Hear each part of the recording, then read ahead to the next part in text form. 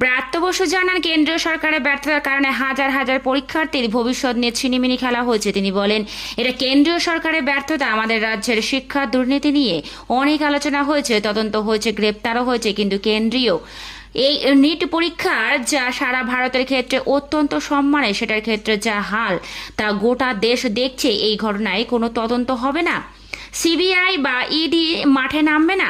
এর ব্যর্থতার পর আমার মনে হয় কেন্দ্র সরকারের পরীক্ষাটি রাজ্যের হাতে ফিরিয়ে দেওয়া উচিত। শিক্ষামন্ত্রী ব্রাত্য বসুর আরও দাবি, রাজ্যের হাতে পরীক্ষা ফিরিয়ে দেওয়া হলে এই ধরনের কারচুপি এড়ানো সম্ভব। তিনি বলেন, নিট পরীক্ষার কারচুপির অভিযোগ কেন্দ্রীয় সরকারের ব্যর্থতার প্রমাণ।